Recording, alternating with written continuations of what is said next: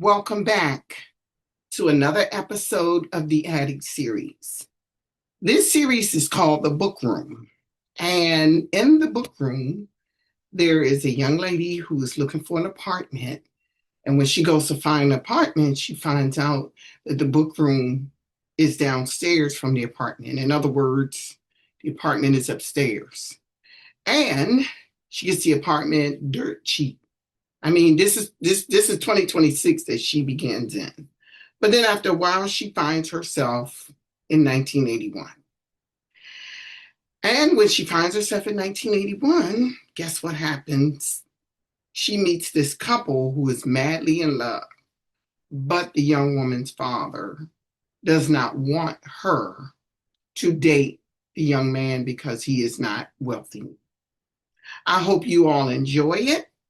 My brother Jeff Wise is the closing narrator of this. And so here we go with another mysterious one.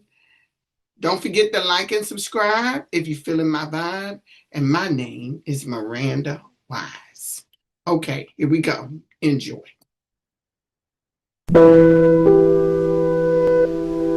What is time? What is space? What if time was only in the mind? With respect to where we are, you will find that time could only be what you perceive as you go back in time in the Addict series.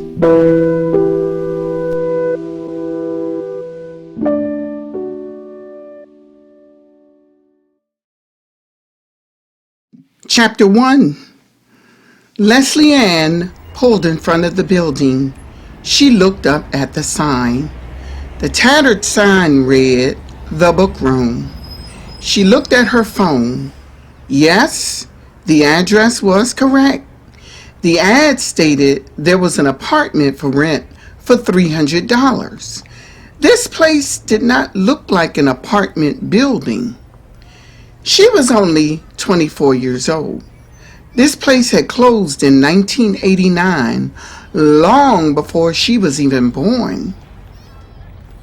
As soon as she began thinking this might be a scam, a woman opened the door and stepped out.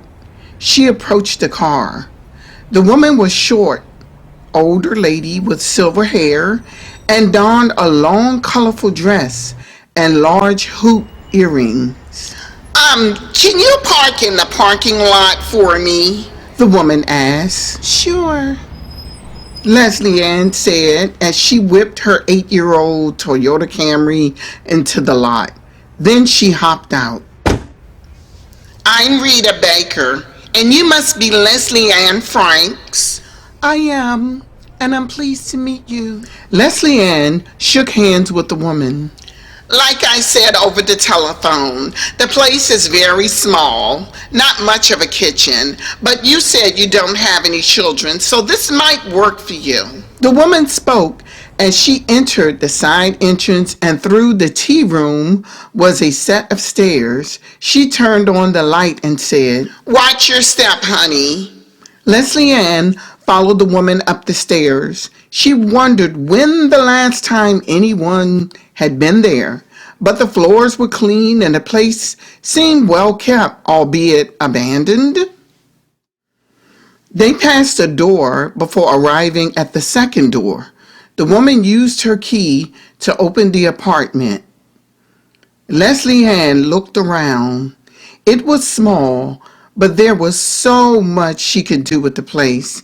There were 2 windows in the entire place, the living room and the bedroom. They both faced the north side of the building, overlooking Calabash Avenue. Oh, I really like it, Lesleyann said, looking around. She was ready to move in today. Besides, this would get her out of her sister's house. Her sister was a pain in the behind. You said it's $300 a month? The woman nodded affirmatively and said, "Well, yes, only if you reopen the book room." I knew there was a catch, Lesleyann's thoughts bellowed. and she was taken aback a little bit. Not because she did not want to, but this woman wanted her to manage this place. Okay, so here's how it works. You'll get a small salary for managing the place. I'll need things arranged again for customers and readers. I will have Wi-Fi installed next week. For only $300 a month, she would not mind reopening the room. That was a sweet deal, in fact. Where in 2026 can you get a deal like that? I would be honored, Miss Baker. Okay. Well, now the hours will be from 11:30 a.m. to 6:30 p.m. That was just as sweet. She worked at a restaurant part-time from 6 a.m. until 11 a.m., working the breakfast rush. The woman gently touched her arm and said, "Take your time, no big rush, but I would like for it to be open no later than maybe mid-June." She had 2 months to get the place ready to reopen. She wanted to get her friend Sabrina to help her. They would have fun setting up, listening to music, and hanging out. Sabrina could even spend the night. What about the tea room? Lesleyann was referring to the room in the rear of the building. Well, now, you can keep it closed, but if you like to serve drinks, you can open it. Don't burn yourself out. When I ran this place, the tea room was quite popular amongst my patrons. Miss Baker, if you don't mind me asking, why did you close the place? My husband was struck by a car back in 1989, and he couldn't work anymore. But it's been sitting here since then, just about. I thought about selling it. I still pay taxes on it, of course. And I've rented out the apartment a few times since then. So, do you still want to sell it?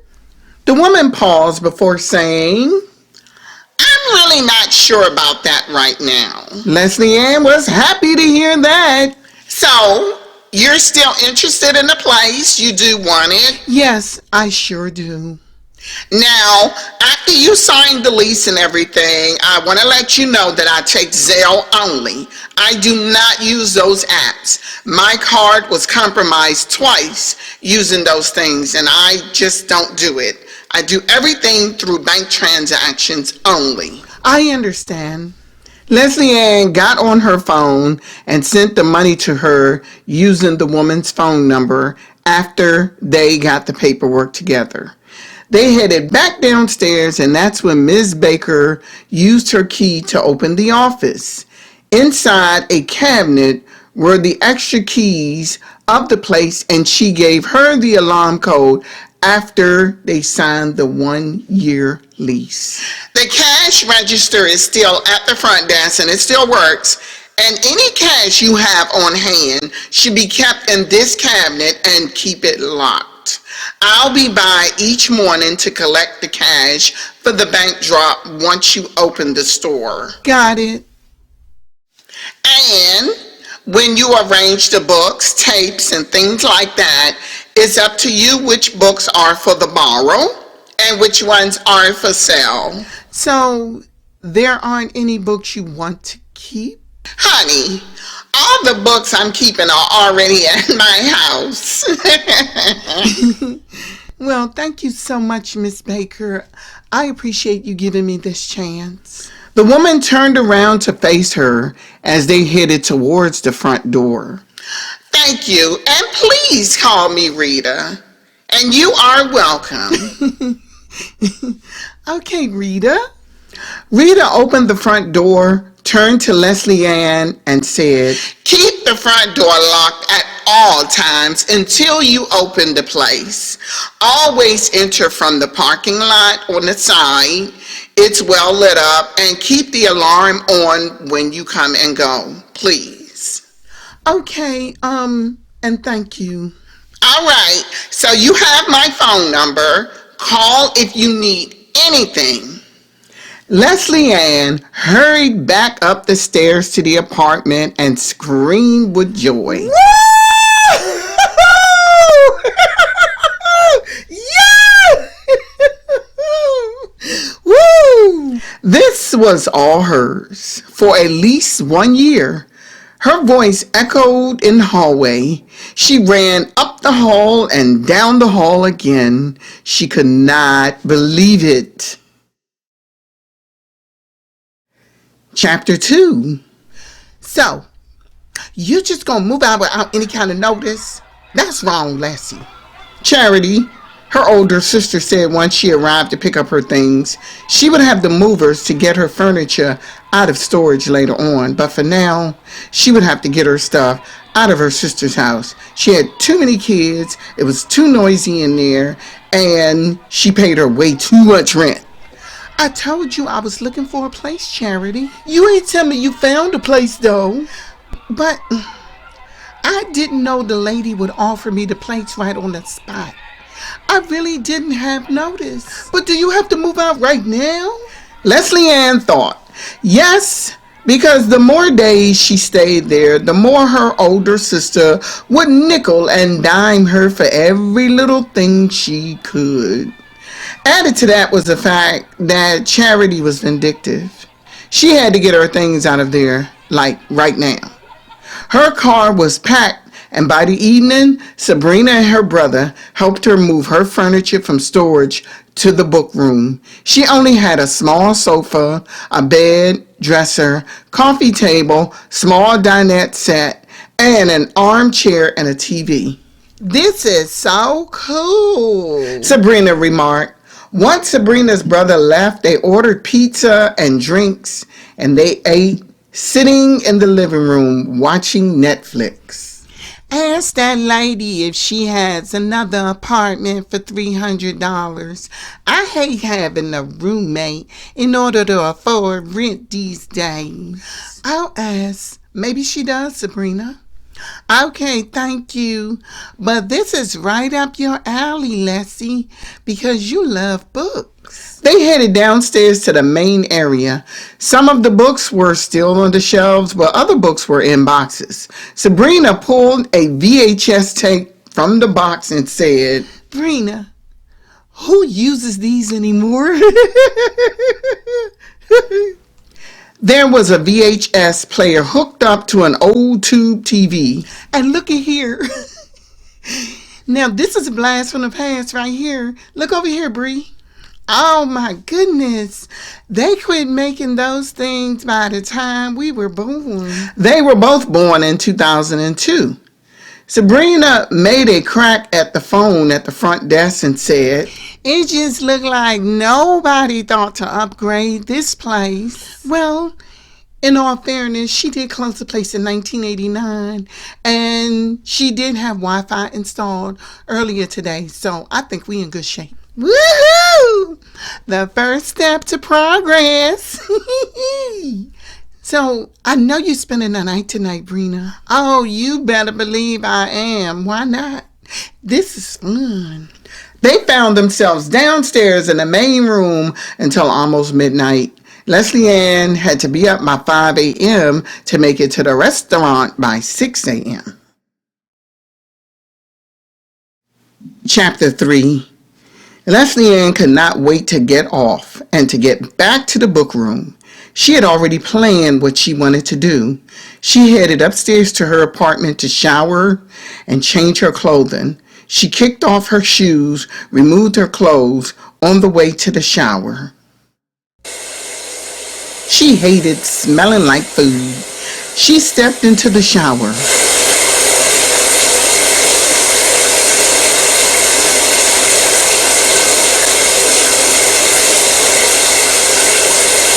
Once she was done, she slipped on a pair of shorts and sneakers.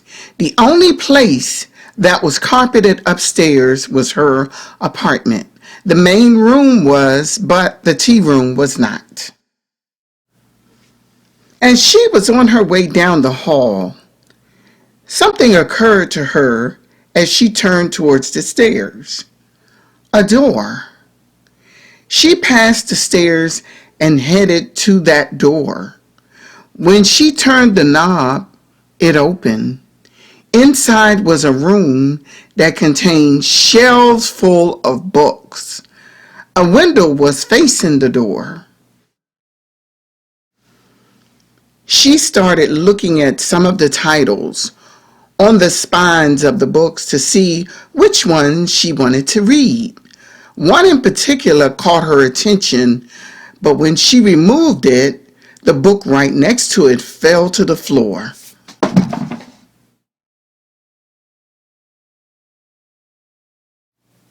The title of the book was Until Midnight Comes Early. That was an intriguing title, but what was more interesting was the note that fell out of the book. She picked it up and unfolded it. It was a letter to someone named Mason. July 9th, 1981. Dear Mason, we leave for California in a week.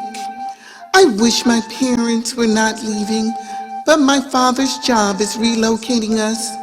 Even more, I wish our relationship was not a secret. I even had to hide all of your letters in the book room because if my father finds me in possession of them, he would be very angry. Being the daughter of wealthy parents is no picnic. They think they know what is best, especially when it comes to love. If you find this letter before Wednesday, July 15th, meet me in the tea room in the back. I love you, Roya. That letter made Lesleyann think. What was wrong with Mason that he was not good enough for Roya? Was he poor? This was 1981, according to the letter. Was Mason a black boy and Roya a white girl? That letter told her a lot, but left just as many questions. And where were the rest of her letters stashed? They had to be in one place. Was there a particular book she stashed those letters? Lesleyann hurried downstairs. She looked around, trying to see if she could pick up a clue as to where those letters were. Where would she hide something like that so no one other than Mason could find them? She looked inside some of the books, but something told her that's not where they would be. She likely would not have had access to the office being a customer, so they couldn't be there either. She checked the card catalog drawers.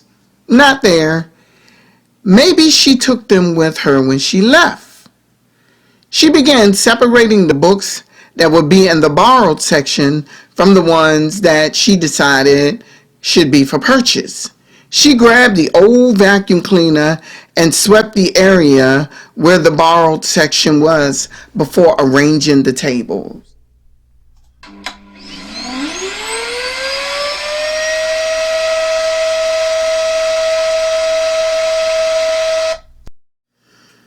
Later that week, Sabrina came over and helped her get the tea room ready.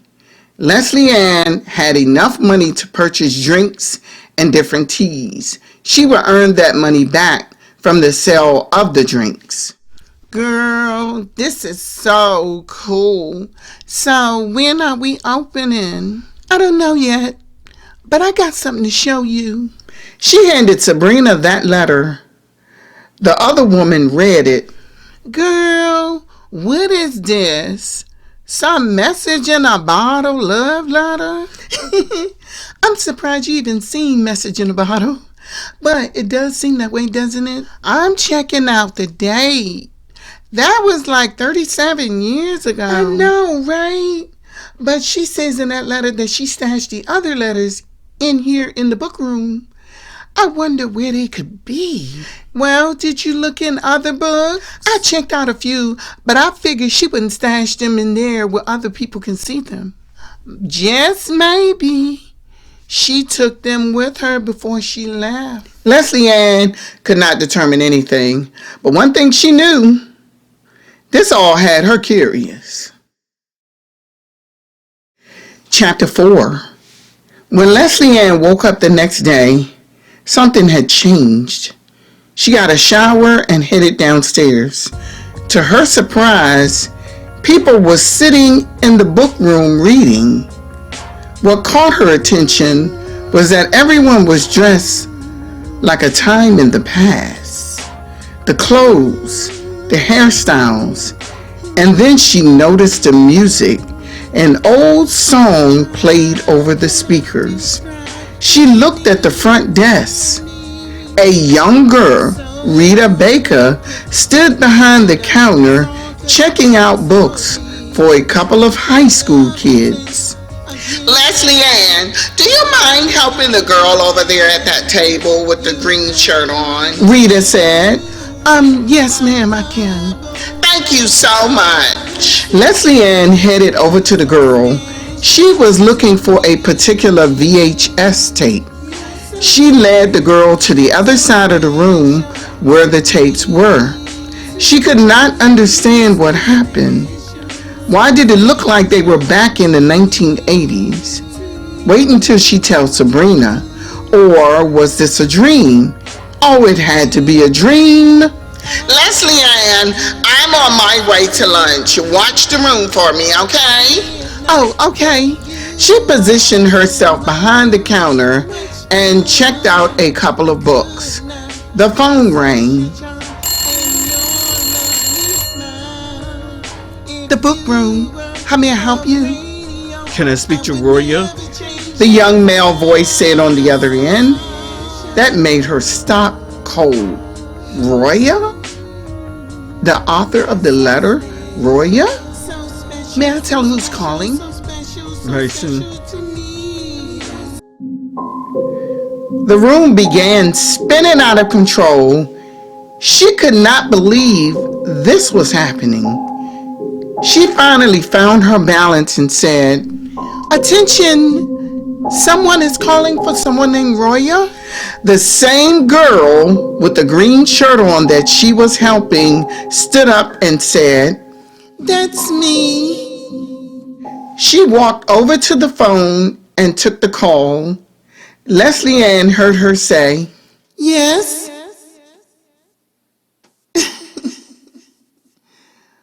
"Okay, I'll be there." The girl handed the phone back to Lesleyann. "Thank you, ma'am." Afterwards, she headed to the table, collected her books, and left the book room. Lesleyann's eyes followed her. Now that she knew what Roya looked like, it was time to keep an eye on her. Perhaps she would find out where Roya was stashing those letters. It was days later before Lesleyann found out who Mason was. He came in, removed a book from one of the shelves, placed a letter inside, and placed a book behind other books that were on the shelf, making the book not immediately visible. He headed to the tea room, grabbed a drink, and headed out. He was tall, medium brown complexion, with a short haircut. He headed out. Lesleyann made sure he was gone before she headed over to where he stashed the letter. She moved the other books out of the way, grabbed the one he had placed there. It was the Until Midnight Comes Early book, the same one she had found upstairs in the storage room. Lesleyann made sure nobody was looking before she took the book into the office and unfolded the letter. She hoped Roya did not come in looking for the letter before she was finished. The letter read, "Hi, Roya. We had a wonderful time yesterday. Too bad I'm not allowed to call your house. Your father will never understand how much I love you and want to take care of you. Once I start my job as a mechanic, I cannot wait to graduate from high school. I will see you this Friday, love, at our favorite spot. Can't wait. Love, Mason." Lesleyann hurried to put the note back in the book and returned it to the shelf. An hour later, Roya came in, headed over to the shelf, and grabbed the book. She sat down at her favorite spot and read the letter. Lesleyann could see her smiling. A few minutes later, the girl stood, walked over to a shelf that was against the wall, and stashed it behind it. Lesleyann could not wait for her shift to be over. She wondered how she ended up in 1981. One day she just woke up and there she was. When the book room closed, she headed over to the shelf and grabbed the small case and opened it. Inside were several letters that were from Mason. She took them upstairs to her apartment and read all 5 of them in order that she guessed they were in. Hi, Roya. I come into the book room until I saw you the other day. I saw you at school many times, and I always thought you were pretty. You dress very nice, too. When you left that letter with Miss Rita the other day to give to me, I was happy. I didn't know you liked me. But I can tell you what, from now on, we will leave our letters in the book until midnight comes early instead of going through Miss Rita. Just put the letter in the book and hide it behind the books on the shelf near the window in the middle shelf. Not that I don't trust her, but I want our contact to be more private. I hope to hear from you soon. Mason. The next letter read, Dear Roya, having tea in the tea room was great. This is the first time I've been able to spend time with you. You asked why I prefer writing letters. Well, it's because you can keep my words on record. I would like for you to be able to read them over and over again. Please keep me in your heart the way you occupy mine. I'm falling in love with you. Mason. The third letter read, Dear Roya, I was disappointed when you told me that we may not be able to see each other unless our relationship was secret. I am sorry your father feels that way about guys who do not grow up in rich families. I understand he wants the best for you, but I would never hurt you.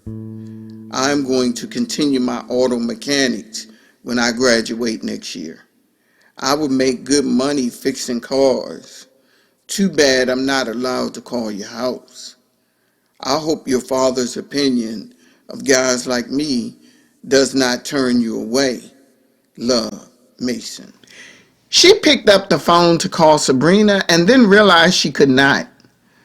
Although her phone worked, Sabrina's number was not in service.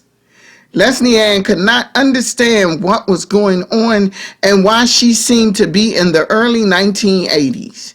She resumed reading the last 2 letters. Dear Roya, let's go to the hot pan this weekend. I'll meet you at the book room. We can sneak out back through the tea room. There is a back door back there. I'll park behind the building and wait for you. Love, Mason. Then she read the last letter, which made her smile. Dear Roya, that kiss was so sweet. I really want to be your husband one day.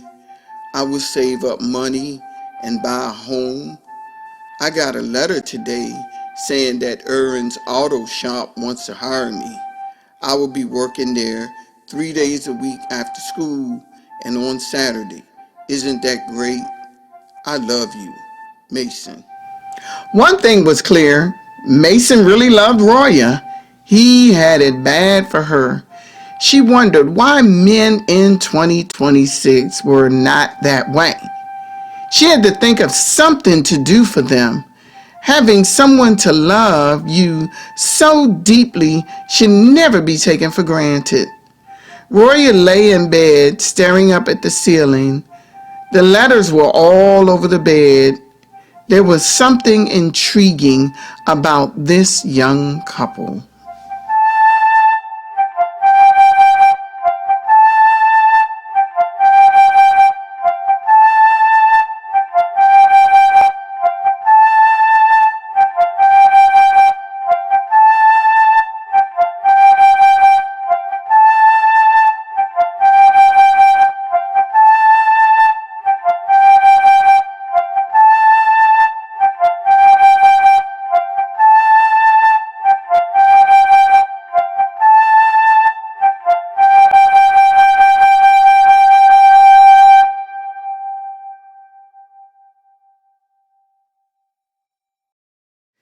Chapter 6. Lesleyann woke up later than usual. She hurried to the bathroom to shower and headed downstairs. Rita had not arrived yet, and that gave her time to straighten up the place. She placed books back on the shelf where they belonged, changed the trash bags, and set up the tea room. She was so busy reading Mason's letters to Roya that she forgot to clean up when the book room closed. She heard the phone ringing in the front room. She hurried behind the desk and answered. It was Rita. Hi, Lesleyann. I'm letting you know I won't be in today. I have some errands to run, and I'm sure you're okay handling things on your own, right? Oh, yes, of course. In fact, I'm about to open up right now. Super cool, Lesleyann. That's good. Now, thank you. I'll talk to you later. Once she hung up, she grabbed the keys and opened the place. She raised the security door and posted herself behind the desk. Two young women came in. She heard them talking and laughing. Then she heard one of them say, I was going to say that. Hey, Andrea, come here for a minute. Ooh, sweet. I've been looking my whole life for this book. Oh my God, the other one said. They headed to the counter where Lesleyann realized what they were trying to purchase. Her nerves jumped. No way could she allow them to purchase or even borrow that book. Oh, I'm sorry, ladies, but this one right here is not for sale. In fact, someone else asked me to put it on hold so they could check it out. But it was on the shelf. Why was it there if you're holding it for someone else? I'm so sorry. I meant to leave it up here behind the desk. I didn't realize it ended up back out there on the shelf. Why isn't this book for sale anyway? The other woman asked. Because this is the only copy we have. Well, can I give you my phone number? And you let me know once the person you're holding it for returns it? Sure, I can do that. Lesleyann took the woman's phone number and added it to the waiting book list. But she had no intentions of allowing anyone to borrow that book. She headed to the shelf and hid the book behind the other books she had seen Roya and Mason hide it. Then Roya came in first, set her books at her favorite table before Mason came in. They headed to the tea room to get sodas. It was not long before a man in his late 40s entered the book room and looked around. He didn't seem to find who or what he was looking for, so he headed to the front desk and approached Lesleyann. Is Roya here? He asked.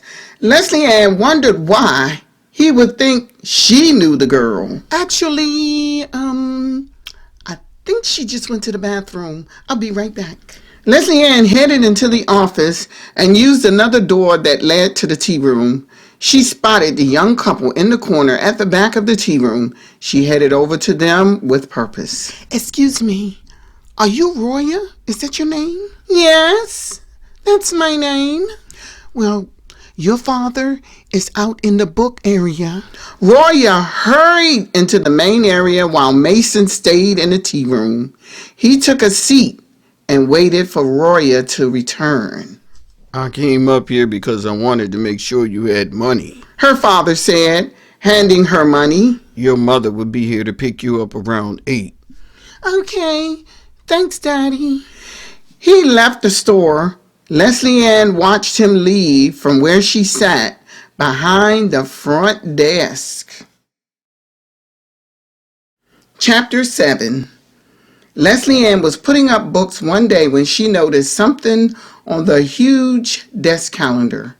It was July 11th. That's when it dawned on her. Roya was due to leave for California in just a few days. Lesleyann had gotten to know them over the last couple of months. She had gone skating with them and had played interference for Roya, whose father believed his daughter and Lesleyann became good friends. She hurried upstairs to her apartment and pulled out a box from the closet containing some of the few things she had stored there. She found the two burner phones she had bought some time ago. She often used them whenever guys would ask her for her phone number, and she had a fake number to give them. Now she was thankful she had kept them. She plugged them in and saw they were still working. Even in the time frame that she was living in, they were still working. She sent a text message to the phone from the other phone, and they appeared on the screen of the phones. That was a miracle. She did not think that kind of technology would work in those days. Yes! Woohoo! She boasted. She hurried back downstairs only to discover that she had 7 people in line. Oh, I'm so sorry. I had to step away for a minute, she said as she checked out 2 books a woman had. She rang up a couple of books for sale before straightening up. Some people had left things on the tables. She wiped them down and straightened up the chairs. The book room would be closing in less than a half an hour, and she wondered where Roya and Mason were. It was Saturday, and they closed at 4 on Saturday. She parked herself behind the desk, reading a magazine, when she heard the door chime. It was Mason. Oh, hi, Mason. Hi, Lesleyann. Have you seen Roya? She's supposed to meet me here. I was waiting on her, but I haven't seen her yet. He looked disappointed. He headed to the door, opened it, and looked both ways. Roya was nowhere to be found. I know you're closing in 10 minutes, but maybe her father wouldn't let her. Just then, Roya came rushing into the building. She hurried over to him and they hugged. We leave tomorrow. We leave tomorrow, Mason. I thought y'all were leaving on the 16th. No, my dad wants to leave early. I think he's on to us. Mason looked towards the door as if he expected her father to show up. I can't leave without seeing you, Mason. I can't leave without seeing you, Mason. Lesleyann headed to the door and locked it, putting up the close sign and turning off the front lights that displayed the books in the window. I have something for both of you, she said before handing them the phones. What is this? Okay, they are called cell phones. What is a cell phone? She gave them the phone numbers of each phone and continued. If you press this button right here, it turns the phone on. Once you turn it on, you can type in the number, save it, and then send a message. She demonstrated it to them. Oh, how cool is that? They sent each a text message and were so intrigued by it, they became tickled.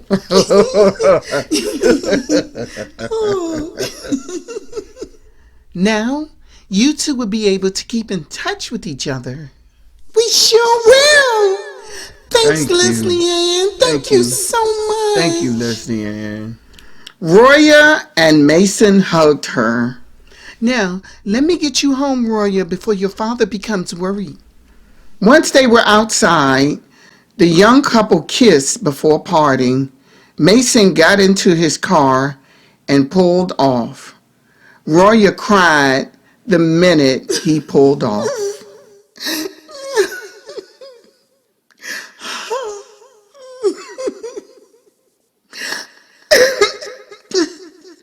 I'm gonna miss him so much.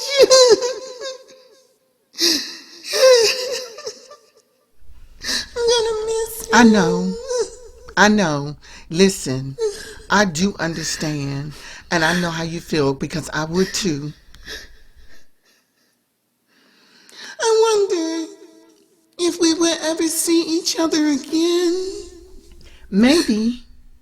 At least you will be able to keep in touch without using long distance charges and without having to write letters. Because if he writes you a letter, your father could easily intercept it. Where did you get these phones from, if you don't mind me asking? Lesleyann did not know how to answer that question. It was hard to tell anyone that she was from another space and time. She simply said, "They are rare. They are very rare. That's the only thing I can tell you." "I see, but where did you buy them?" "I bought them at an AT&T store." "AT&T has a store?" "Yeah, they do, but they would be very hard to find at this point." She pulled in front of Roya's house. The girl thanked her again. Lesleyann watched her head into the house. She hoped things would work out for them too. Chapter 8. Lesleyann headed back to the book room after dropping Roya off. She headed upstairs to her apartment. She opened the book until midnight comes early. The beginning chapter caught her attention right away as she read it. "I watched him leave. Every bit of love I had inside of me was in that carriage. I could not believe they could sell him off so easily because the owner needed money.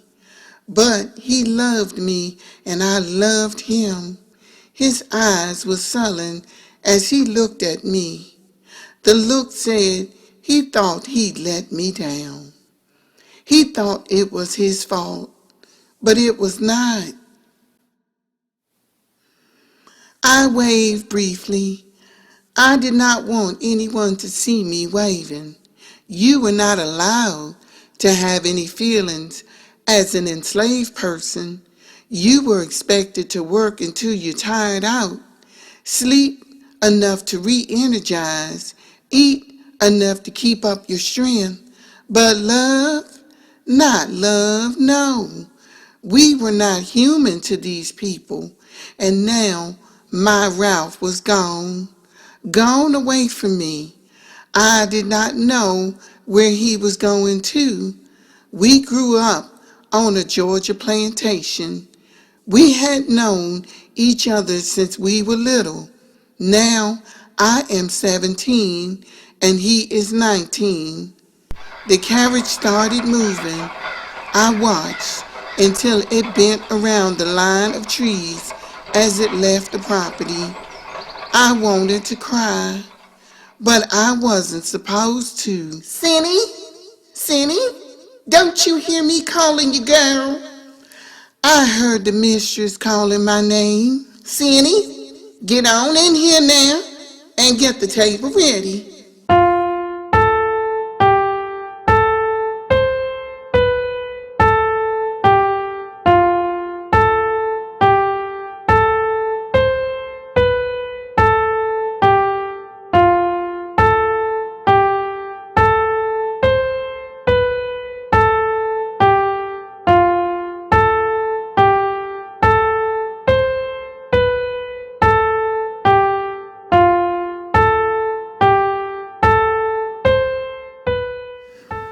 Lesleyann woke up. She was still in her clothes. She looked around the room. The last thing she remembered was reading that book, the book that seemed to dominate her curiosity. She hurried to the shower, peeling off her clothes. Then she realized something was different. The apartment was arranged like it had been in 2026. It was fully furnished by Rita in 1981. Was she back?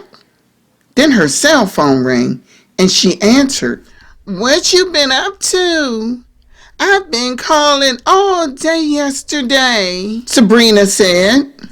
"Oh my goodness, what day is it?" "You know what? Never mind, Sabrina, never mind." "Wait a minute, what you mean never mind? Are we going out tonight or what?" "Yes, we are going out tonight, I guess so. I guess we can. But I gotta get up. The book room opens in an hour." "Okay, well, I'll call you later." She finished getting dressed. Then a thought occurred. She looked into the box where she kept those burner phones.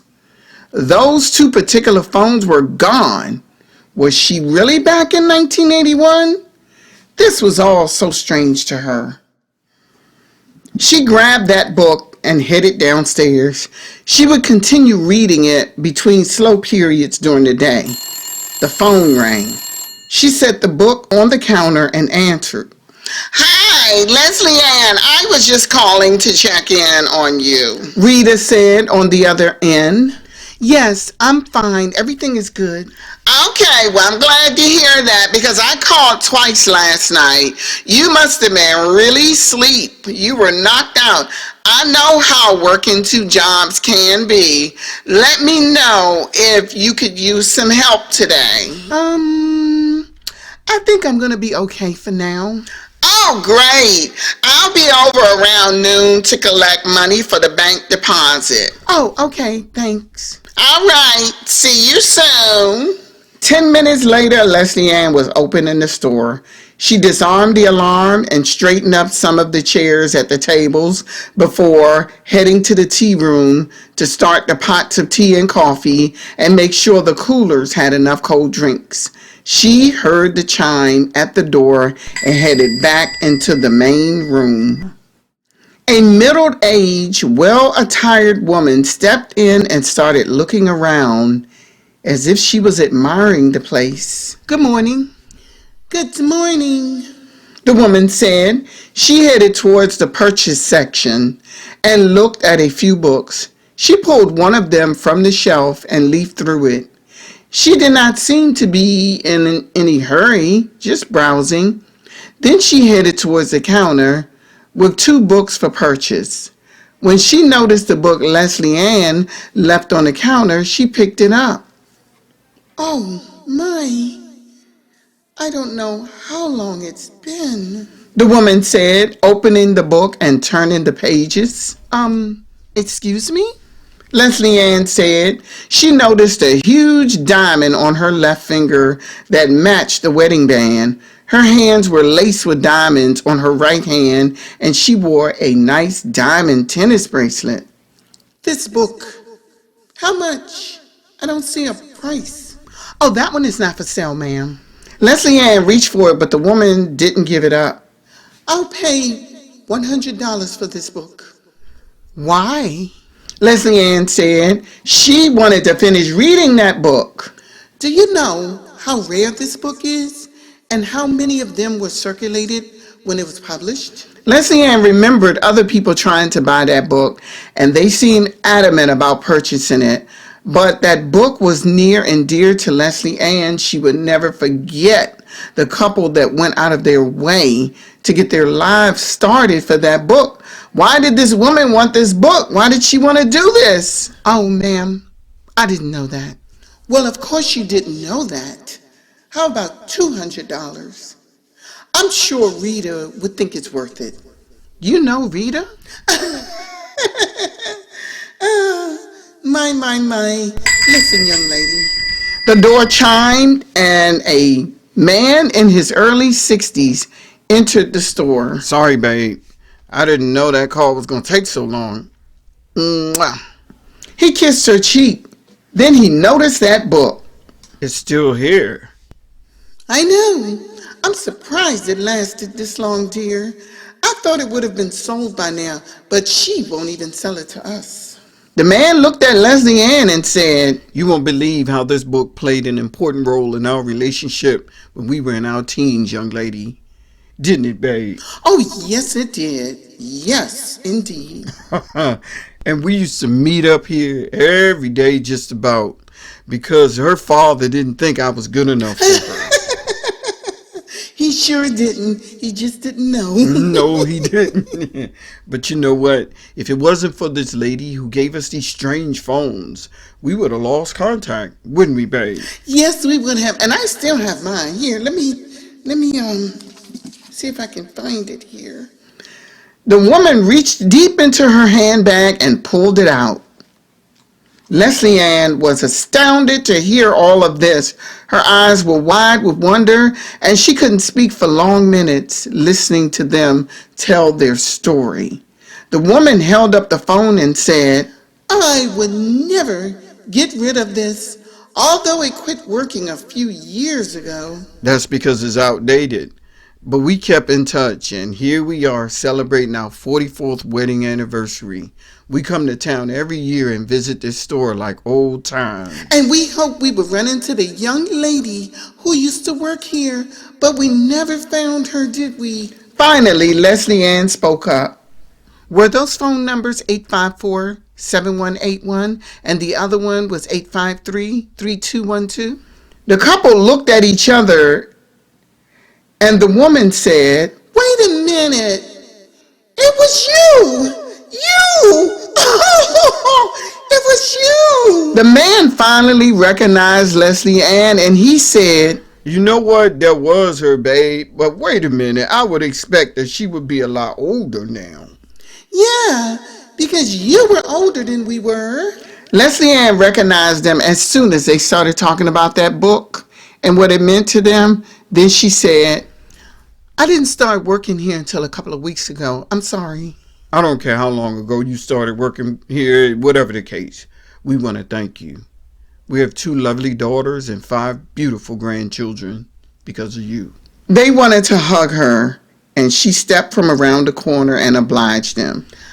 "Tell you what, the book is free." Really? Are you sure? Yes, I'm sure. It means a lot to you. I know I was reading it, but go ahead and take it. "Well, you're not gonna know how it ends though, dear." That's okay. Why don't you tell me how it ends?" "Okay, if you insist." Well, Cindy's brother told her what plantation Ralph had been sold to, but he advised her not to leave until midnight. But Cindy was so in love that she ran away before midnight. To her, midnight came early. Ooh, so did she find Ralph? Oh, yeah. They ran up north together and had 2 daughters and 5 grandchildren. Lesleyann was nearly in tears hearing that story. It was almost like their story. "Can I ask your last name?" She had never known Mason's last name. Our last name is Thomas. "I would like for us to keep in touch, if you don't mind." They went on to exchange numbers. I'll do you one better. Come to California and visit sometime, and we will pay for your flight. We'd love for you to meet our daughters. Oh, I would love that. I would so love that. We would love to have you. We'll drop back by here before we leave, but right now we are enjoying our anniversary. They hugged her again and she watched them leave by the front door. She was still staring in the direction they left long after they were gone. When you find yourself trapped in history, it may at first appear mysterious. Whether or not it turns out to be, only time will tell in the Attic series.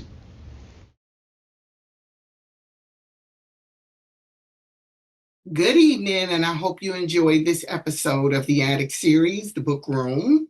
I guess some people probably figured it out at the end when the lady came in. And if you did, that's okay. But I always like to leave my readers and my audience, my listeners, my viewers with a little something to make them feel good at the end. I mean, it's okay not to end it on a bad note or be violent or anything like that. So I hope you enjoyed it. And if you have not seen the other Addict series episodes, there are about maybe 3 or 4 more out there. One is called The Theater, one is called Race Against Time, and there's another one called Groovy Gavin. And the one that I have coming up after this one is called, what is the name of it?